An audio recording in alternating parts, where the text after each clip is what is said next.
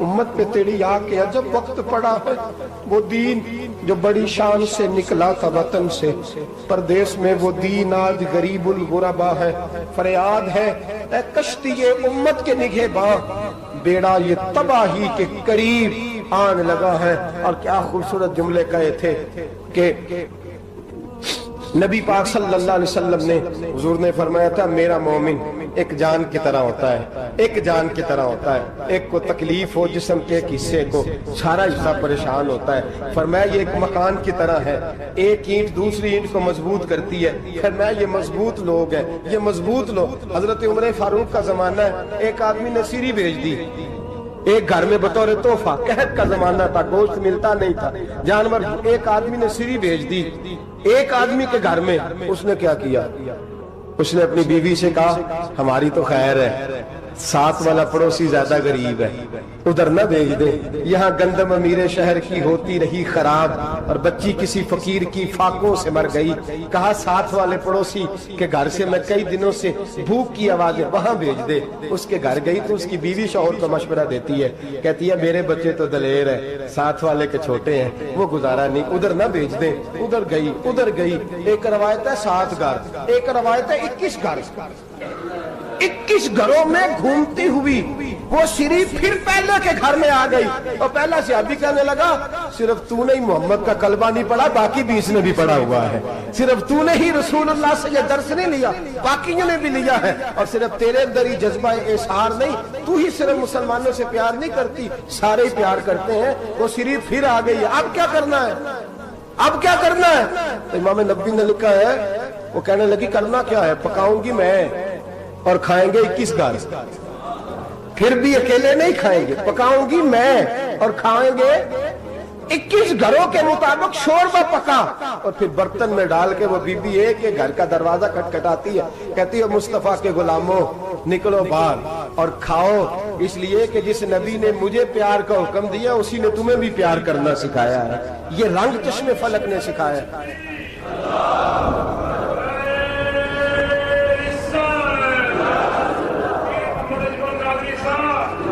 آپ کی بڑی مہربانی، زندہ باد وہی ہے جس کو اللہ رسول زندہ باد فرمائے، بڑی مہربانی، اللہ جزا دے۔ بنو قریظہ اور بنو نذیر 2 محلے تھے یہودیوں کے، یہودیوں نے بڑی عہد شکنی کی تو نبی پاک صلی اللہ علیہ وسلم نے ان کو بے دخل کر دیا، مدینہ سے نکال دیا، مدینہ منورہ سے۔ یہودی نکل گئے مدینہ طیبہ سے، تو جب وہ نکل کے جا رہے تھے تو ان کے مکان، ان کے باغ، ان کی جائیدادیں بچ گئی۔ نبی پاک علیہ السلام نے انصار مدینہ کو پہلے بلایا، جاگ رہے ہیں نا آپ لوگ؟ پیسے آتے کسی کو برے لگتے ہیں، اب تو یہ بھی حلال حرام کی تمیز بھی اٹھتی جا رہی ہے، جائیداد، باغ، مال، علاقہ خالی ہوا ہے، وہ چلے گئے اور لوگ تو ڈھونڈتے پھرتے ہیں۔ اللہ خیر فرمائے، شاملہ جگہ ملتی نہیں اب شہروں میں، وہ کس کس نے نام کرا لیا، کدھر گئی ہے کوئی خبر ہی نہیں، خالی جگہ پڑی ہے۔ میرے نبی پاک علیہ السلام نے پہلے انصار مدینہ کو بلایا، حضور نے فرمایا انصاریوں بہت بڑی جائیدادیں یہودیوں کی، بنو نذیر اور بنو قریظہ محلے خالی ہو گئے، میرا دل کرتا ہے وہ تمہیں دے دوں، اس لیے کہ تم نے اپنے مہاجر بھائیوں کے ساتھ بڑا تعاون کیا، جائیدادیں تم نے دے دی ہیں، مکانات دے دیے ہیں، بڑا کچھ تم نے دیا ہے، میرا دل کرتا ہے وہ تمہارے نام کر دوں۔ تو انصار مدینہ کیا کہنے لگے یا رسول اللہ دے تو ہم نے دیا ہے پر وہ بیچارے جھچکتے ہی رہتے ہیں، وہ جھچکتے ہی رہتے ہیں، کھول کے ہماری چیزیں استعمال نہیں کرتے، تو حضور ہم تو پہلے ہی انصار ہیں، ہمارے پاس بڑا کچھ ہے، آپ مہربانی فرمائیں وہ سارا کچھ مہاجروں کو دے دے، مہاجرین کو ہمیں نہیں چاہیے۔ اب چلے گئے بات کر کے، میرے حبیب پاک نے مہاجروں کو بلا لیا، فرمایا بنو نذیر اور بنو قریظہ قبیلے کی جائیدادیں آئی ہیں، تمہارے پاس بظاہر جو چیزیں ہیں بھی وہ بھی انصار مدینہ کی ہیں، تو میرا یہ خیال ہے کہ وہ سارا کچھ تمہیں دے دیا جائے۔ ابو بکر صدیق رضی اللہ تعالیٰ عنہ کہنے لگے یا رسول اللہ صلی اللہ علیہ وسلم ہمارے انصار بھائیوں نے ہمارے لیے دل تک کھول دیے ہیں، حضور انہوں نے ہر چیز بانٹ کے ہمارے سامنے رکھ دی ہے، ہم اتنے خرد غرض ہیں کہ سارا کچھ لپیٹ جائیں، کہ حضور ہمارے پاس جو مکان ہے وہ ہے، ہم کاروبار کر رہے ہیں، تجارتیں کر رہے ہیں، مزدوریاں کر رہے ہیں، ہم انشاءاللہ اور بنا دیں گے، آپ یہ ہماری طرف سے ہمارے انصار بھائیوں کو گفٹ کر دیں۔ آپ انہیں دے دیں. میرے حبیب کی آنکھوں میں آنسو آ گئے. میرے نبی پاک علیہ السلام رو پڑے. یا رسول اللہ آپ کیوں روتے ہیں؟ فرمایا تمہارا یہ بھائی چارہ قائم رہا تو اللہ اسلام کو بڑی قوتیں عطا فرمائے گا. اللہ طاقتیں دے گا اسلام کو اگر تمہارا یہ رنگ قائم رہا، یہ انداز. میرے غلاموں تمہارے یہ طور طریقے، ایک بھائی کہتا ہے دوسرے کو، دوسرا کہتا ہے تیسرے کو. عرض یہ کرنے جا رہا تھا کہ رسول کریم صلی اللہ علیہ وسلم نے یہ پیغام دیا امت کو. فرمایا دیکھیں نا کتنے بڑے لفظ ہیں. یہ نہیں فرمایا دوزخ میں جائے گا، یہ نہیں فرمایا کہ اسے جہنم کی سزا ملے گی. میرے نبی نے فرمایا میں اسے مومن مانتا ہی نہیں، میں اسے مسلمان اپنا مانتا ہی نہیں. حضور کسے؟ فرمایا جو پیٹ بھر کے کھاتا ہے اور اس کا ہمسایہ بھوکا سو جاتا ہے. میں مومن ہی نہیں مانتا. سزا تو تب ملے گی نا کہ جب میں کسی سزا کا اعلان کروں. میں مانتا ہی نہیں، وہ میرا ہے ہی نہیں. خود پیٹ بھر کے کھا رہا ہے، ہمسایہ اس کا بھوکا. میں نہیں مانتا انما المؤمنون اخوہ، مومن بھائی بھائی، میں مانتا ہی نہیں اسے. اور میرے حبیب پاک اتنے بڑے لفظ حدیث میں اور کہیں نہیں ملیں گے آپ کو، اتنے بڑے جملے کہیں نہیں ملیں گے. میرے نبی پاک نے فرمایا اللہ کہے گا قیامت کے دن. کون؟ اتنے بڑے لفظ حدیثوں میں ملتے نہیں جتنے یہ ہیں. حضور نے فرمایا رب فرمائے گا بندے سے کہ میں تیرے پڑوس میں بھوکا تھا، تو نے مجھے روٹی کیوں نہیں کھلائی؟ کون کہہ رہا ہے؟ اللہ کہہ میں بھوکا تھا تو نے روٹی نہیں دی، میں ننگا تھا تو نے کپڑا نہیں دیا، میں پیاسا تھا تو نے پانی نہیں پلایا، میں بیمار تھا تو تیمارداری. یا اللہ نہ تو کھاتا ہے، نہ پیتا ہے، نہ کپڑا پہنتا ہے، نہ تو بیمار ہوتا ہے. لا تاخذہ سنۃ ولا نوم، تجھے بیماری آتی نہیں، اونگ نیند نہیں آتی. میرے مالک تو میرے پڑوس میں تھا. حضور فرماتے ہیں رب فرمائے گا وہ جو بندہ تیرے پڑوس میں بھوکا تھا تو بندہ تو میرا ہی تھا نا. وہ جو بندہ تیرے پڑوس میں ننگا تھا تو بندہ تو میرا ہی تھا نا. وہ جو تیرے پڑوس میں پیاسا تڑپتا رہا تو وہ میرا ہی بندہ تھا. تو دوائی لینے جائے تو بڑے اسپتال میں اور اس بیچارے کو 20 روپے پرچی کے لیے میسر نہ آئے تو میرا ہی بندہ تھا. میرے دوست خیال کر اور یاد رکھ، یہ جو ہمسائے ممالک میں ظلم ہوتے ہیں، زیادتیاں ہوتی ہیں. ہمارے گھر کا پنکھا اچھا چلتا ہے، ہم جلوس اس وقت نکالتے ہیں جب ہماری لائٹ بند ہوتی ہے. ہم جلوس اس وقت نکالتے ہیں جب ہمارا ایسا جو ہمیں تنگ کرتا ہے. ہم اس وقت درد محسوس کرتے ہیں جب ہمارے گھر تک آگ آ جاتی ہے. یہ جو باہر آگ جل رہی ہے یہ تیرے گھر بھی آ سکتی ہے. یہ جو باہر فساد ہو رہا ہے یہ تیرے دروازے تک آ سکتا ہے. میرے رسول پاک نے ایک جان، مسلمان کو ایک جان قرار دیا. مجھے بتائیے انگلی کو کٹ لگ جائے، مسلمان ایک جان ہے نا. انگلی کو لگ جائے کٹ، دماغ کہتا ہے میں نے نہیں سوچنا اس کے بارے میں نے اس کے درد کو محسوس ہی نہیں کرنا. انگلی کی درد ہے، انگلی جانے اس کا کام جانے. ایسے ہی ہوتا ہے نا. بولے پیروں سے کہتے ہیں، انگلی کہتی ہے چل ڈاکٹر کے پاس، پیر کہتے ہیں نہیں میں نے نہیں جانا، انگلی کا کام ہے انگلی جائے. ایسے ہی ہے نا. دل سے کہتے ہیں تو تڑپ تھوڑا سا، انگلی کو درد ہے، کہتے میں کیوں تڑپوں، انگلی کا ماما، انگلی جانے اس کا کام جانے. ٹیلی فون کرنا ہے ڈاکٹر صاحب کا پتہ کرنا ہے تو کان کہتے ہیں میں نے نہیں بات سننی ڈاکٹر صاحب کی، زبان کہتے ہیں میں نے نہیں بولنا، انگلی جانے. ایسا ہوتا ہے. پیر احتجاج کرتے کہ میں نے ڈاکٹر کے پاس، میں کچھ چکر کھاتا پھروں ڈاکٹر کی دکان کی، انگلی کو درد ہے انگلی جانے. ایسا ہوتا ہے بھئی. میرے رسول پاک نے فرمایا مسلمان ایک جان ہے. تو درد برما کے مسلمانوں کو ہو رہا ہے تو پاکستانی کہہ رہے ہیں کوئی بات نہیں، وہ جانے ان کا کام جانے. ایک جان ہے نا. درد ہونا چاہیے، تکلیف ہونا چاہیے. پھٹے پہ باتیں ہوتی ہیں اس موضوع پہ، اسمبلی پہ گفتگو ہوئی ہے اس موضوع پہ، آپ کی صوبائی اسمبلیاں اس موضوع پہ بولی ہیں، آپ کے کونسل اس موضوع پہ بولے. ہم تو اپنی اپنی سیاستیں، اپنے اپنے تماشے، اپنے اپنے چکروں میں لگے ہوئے. وہ دریا کے اندر سسکتے مسلمان، بنگالی کہتے ہیں ہمارے نہیں، برمی کہتے ہیں ہمارے نہیں، پاکستانی کہتے ہیں ہمارے نہیں، ترکی کہتے ہیں وہ کس کے ہیں؟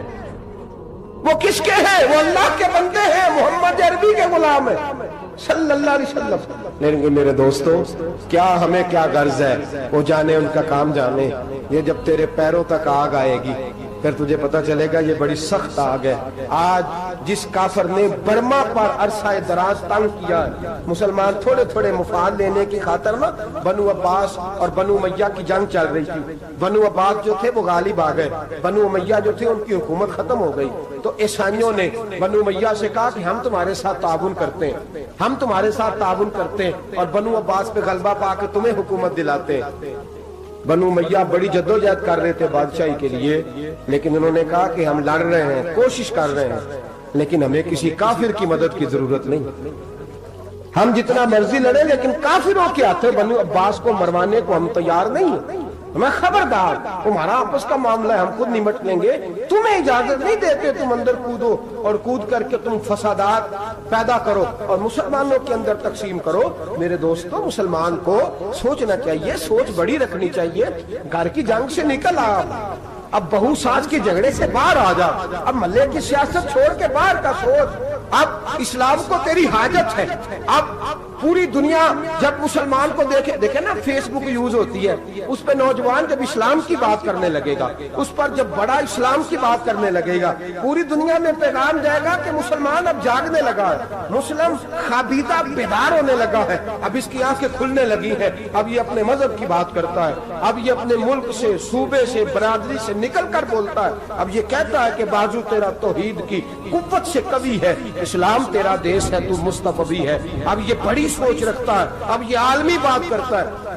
میرے دوستو، ہمارا تو حال یہ ہے. امام اعظم ابو حنیفہ کا فتویٰ ہے، آپ فرماتے ہیں جو مولوی عالمی حالات سے باخبر نہ ہو وہ جمعے کی تقریر نہ کرے، وہ مسلمانوں کی رہنمائی نہیں کر سکتا. عالمی حالات سے جو خبردار نہ ہو. تو جس کو چھٹی ہو جائے، تو نے ختم نہیں پڑھا، دوڑ جا مسجد سے. تو ختم نہیں پڑھتا، ہمارے تجھے پتہ ہی نہیں دکان رہتا ہے، بھاگ جا.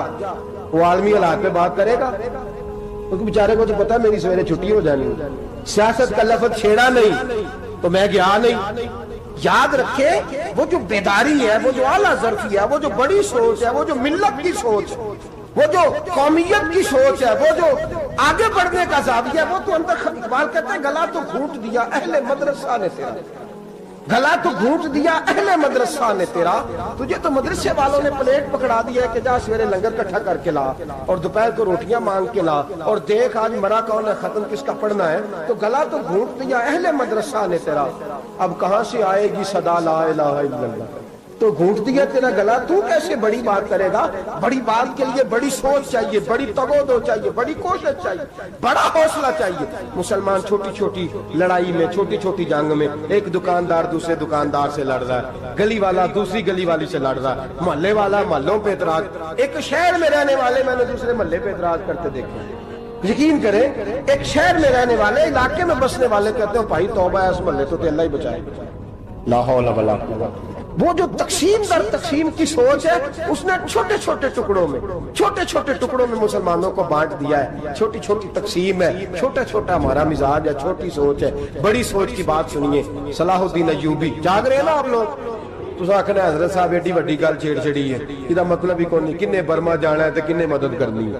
میں تو بھائی فریضہ سر انجام دے رہا ہوں. میرے نبی نے فرمایا برائی کو یا ہاتھ سے بدل، ہاتھ سے نہیں بدل سکتا تو زبان سے تو بولنا.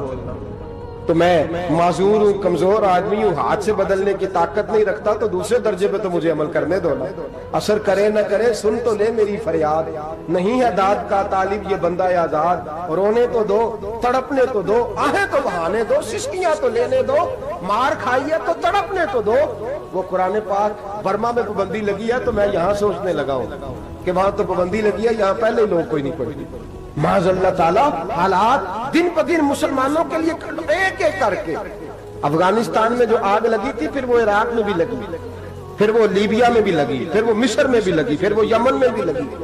سعودی عرب میں دھماکے ہوئے، میرا دل تڑپا ہے، مجھے پریشانی ہوئی. میں بچے پاس تھے، میں بڑا ڈسٹرب ہوا. میں نے کہا یار یہ ہمارا سب کا اجماعی عقیدت کا مرکز ہے. ہم کم از کم 1000 اختلاف کے باوجود کہا کرتے تھے کہ عرب میں امن ہے یار، وہاں سکون ہے، وہاں دکانیں کھلی چھوڑ کے لوگ چلے جاتے ہیں. وہاں بھی فساد ہونے لگا، وہاں بھی آگ بڑھ گئی ہے. لیکن ہم صرف چھوٹی چھوٹی کر کے جب آگ بجھانے کی کوشش کریں گے، اس وقت آگ نہیں بجھے گی. جب ہر آدمی اپنے پیالے میں پانی لے کے آئے گا، ہر شخص اپنے گھر کی نل چلائے گا، ہر شخص نلکا چلائے گا اور پانی نکال کے یہ آگ بجھائے گا، تب یہ آگ بجھے گی. ہر آدمی کو کردار، سوچ بڑی کرے، نظریہ بڑا کرے، ملت کی بات کرے، مسلمان ہو کے سوچیں، مسلمان ہو کے سوچیں. خدا را نکلے یہ گھر کے جھگڑوں سے، تھوڑی دیر کے لیے اپنے آپ کو بڑا کرے. بڑی سوچ آپ بنائیں. جب دوستیاں لگائیں، یارانے لگائیں کہ چھوٹے موٹے حساب سے بچیں.